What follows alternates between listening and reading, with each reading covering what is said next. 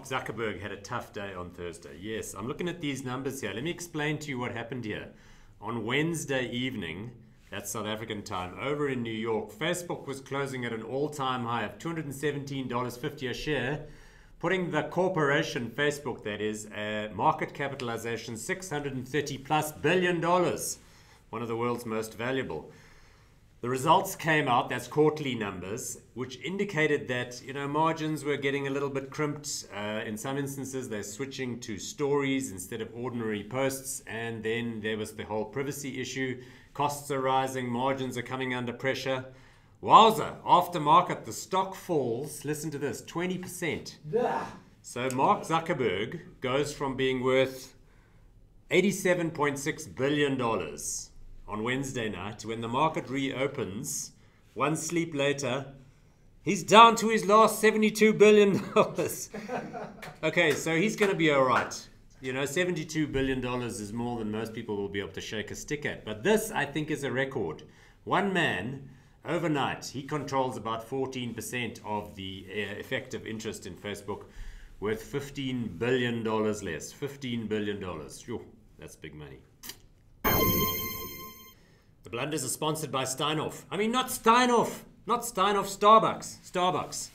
Can't believe I just said that. My next story is about Ryan Lochte. Speaking of idiots and making mistakes, Ryan Lochte, you know who he is. He's that power American swimmer, second only to Michael Phelps in terms of his record. He has 12 Olympic gold medals. What a man. In any event, remember, he also got into a spot of bother in Rio because him and his mates were out having a drunken piss-up, in which point they pulled into a petrol station somewhere in Rio, and I don't know, things got messy. It involved going to the bathroom but not making it to the bathroom. Then he alleged that they'd been robbed, and it turned out he hadn't. False accusations, blah, blah, blah. Anyway, he was banned from competitive swimming for 10 months. He's back in training, but this week he finds himself in trouble again with the anti-doping authorities. What happens in this instance is that he is taking an intravenous drip, and that's not allowed. The rules say you're not allowed to take more than 100 milliliters. He did not. He took like a vitamin B bag. And how did the doping authorities find out that he'd in fact breached the rules? Because he posted the picture on social media. Post the picture on his Instagram feed, that's right. I mean, I don't think Ryan is the sharpest tool in the shed. No. Anyway, he's going to miss now the 2019 World Championships because of this ban, but he still hopes at age 36 to return for the 2020 Olympics. Good luck, Ryan. And speaking of dumb shits getting into trouble in South America, not just Ryan Lochte, have you heard of Joseph Nkosi? He is our ambassador. It's the South African ambassador to Venezuela. Venezuela, yes, Venezuela. About the worst country in the world, currently going through terrible inflation and economic contraction. Joseph Nkosi, what kind of lefty hack do you think gets appointed to be the ambassador for South Africa over in Venezuela? Well, you'd be right. Retired trade union Joseph Nkosi has been sent over there.